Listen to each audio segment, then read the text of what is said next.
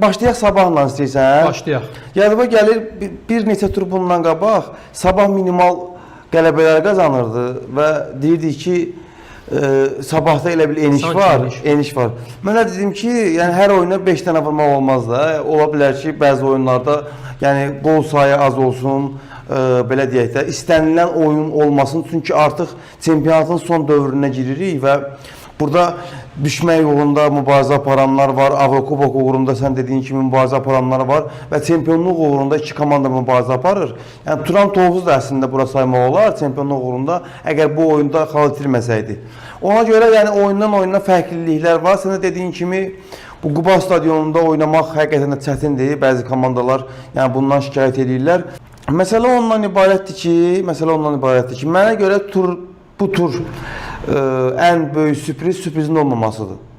Sadəcə olaraq ola bilər ki, Turan Tovuz və Kəpəz komandalarının oyunda Turanın xal itirməsi bunu başa düşmək olar. Amma belə baxanda, yəni Qarabağın zirə üzərində qələbə qazanmağını gözləmək olardı ki, qələbə qazandı.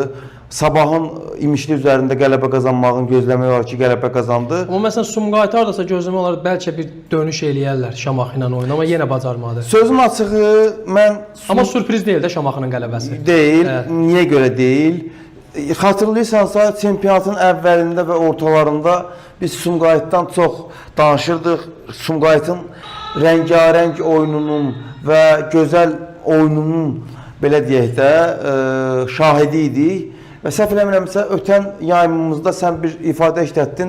Dedin ki, məsəl üçün, azərkeşlər niyə gəlmir stadionlara? Mövzu buydu və sən dedin ki, məsəl üçün, Sumqayıtın oyununa niyə azərkeş gəlsin ki? Yəni, hətta komanda o qədər geriləməyə başlayıb. Yəni, bunun da səbəbləri var, belə deyək də. Sanki Sumqayıtda çempionatın əvvəllərində və ortasında hansı ki, artıq komanda fasilə yollanmamışdı, hansı ki qış fasiləsinə, komandada əhval-ruhiyyə çox fərqli idi. Yəni, nə mənada fərqli idi?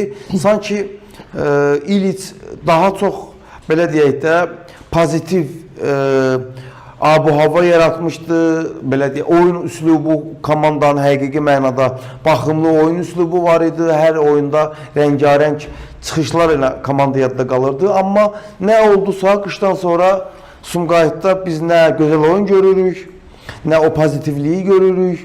Yəni, bilmirəm nə baş verir orada, amma nəsə baş verir. Mütləq, Ahmet. Yəni, çünki birdən-birə komanda bu qədər dəyişiklik, yəni nə mənada, oyun baxımından dəyişiklik varsa, yəni bu 1, 2, 3 oyunda nəzərə çarpa bilər. Amma artıq səhv eləmirəmsə, 9 oyundadır, qələbə qazanmır və ən əsası o istənilən oyunu nümayiş etdirə bilmir. Razıyam Ahmet. Əslində bizim verilişin formatı elədir ki, mütləq bir mövzularla gedəcək deyə bir şey yoxdur. Gedişatda yəni hər hansı fikirlər varsa dəyişə bilərik. Təbii ki, sabahla başlayıb Sumqayıtla davam etdiyimiz üçün bunu qeyd edirəm.